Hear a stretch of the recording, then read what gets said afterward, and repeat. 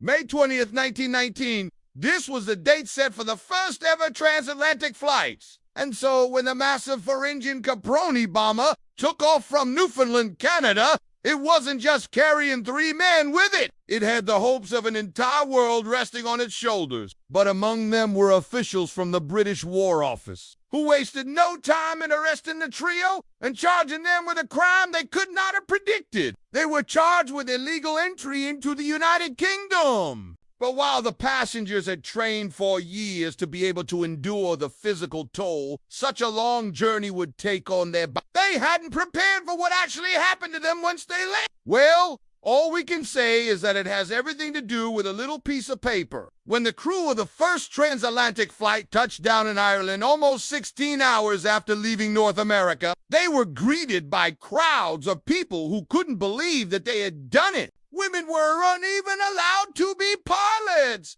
until 1928, when Amy Johnson became the first British woman to earn a wing. One of them was Helen Viola, who had always been fascinated by flying machines and built her own glider at the age of 13. By the time she was 8, she was working as a mechanic for the Wright Company and had met Orville Wright himself. When war broke out, she joined the Red Cross and traveled to France, where she began training pilots. She quickly rose through the ranks and was soon put in charge of training female pilots who flew ambulances and other support aircraft. Her story is one of courage, determination, and the pursuit of excellence, a true inspiration for all women who want to make their mark on the world. But times were changing and society was becoming more open to the idea of women in traditionally male-dominated fields. The crew climbed aboard and the engines roared to life. Storms, high winds, and thick fog threatened to derail their progress. But the crew persevered,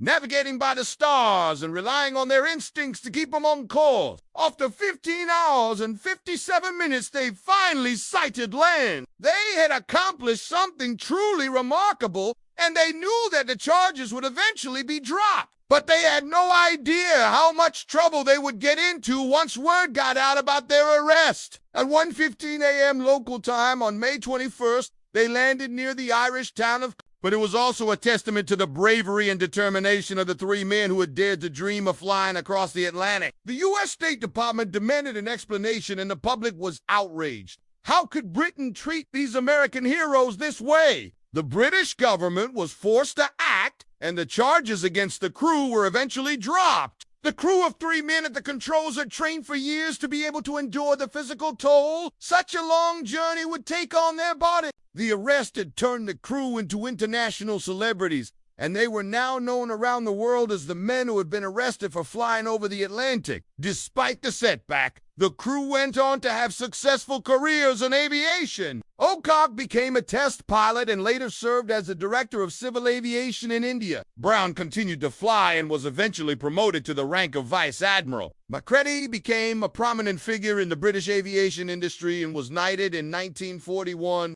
But they hadn't prepared for what actually happened to them once they landed. And any unauthorized entry into the country was seen as a potential security risk. The crew had violated this law unintentionally, of course, but the British authorities were not interested in hearing about it. They were treated as enemy spies and taken into custody. As it taxied down the runway, the crowd of onlookers held their breath. Would it be the first airplane to successfully cross the Atlantic? The first transatlantic flight had been completed successfully, but their joy was shook. Among the crowd of well-wishers were officials from the British War Office, who wasted no time in arresting the trio and charging them with a crime they could not have predicted. They were charged with illegal entry into the United Kingdom. With no more need for female pilots, she returned to the United States and began working as an instructor at the Aviation School in Belmont, Mass. But when they took off, she wasn't on either plane. That's because she had been working behind the scenes, making sure that both flights were successful. When Lindbergh landed in Europe, he was greeted by a crowd of reporters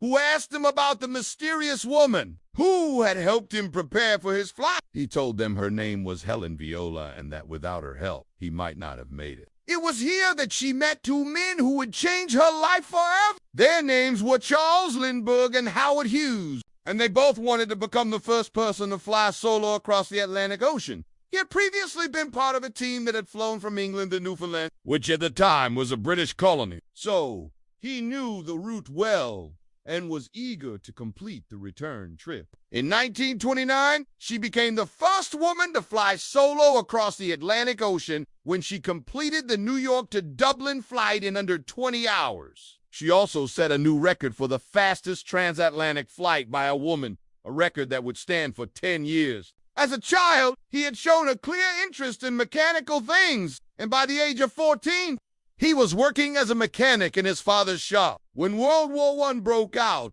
he enlisted in the Royal Naval Air Service and trained to become a pilot. He was the most experienced of the three and acted as the observer, responsible for navigating them across the ocean, using nothing but a sextant and a compass. And after being accepted into the elite group of pilots known as the Danger Club, he was given command of the first transatlantic flight. So why exactly were these heroes arrested? What did they do wrong? John Alcock, captain of the massive bomber, was a man with one goal in mind: become the first person to fly across the Atlantic Ocean. His lieutenant commander, Arthur Whitten Brown, was a former naval aviator who had already made history before the flight even took place. And then there was Captain John Macready, who joined the Royal Flying Corps at the outbreak of World War I. In the early days of aviation, flying was considered too dangerous a job for anyone other than young, strong men. And so when World War I came around,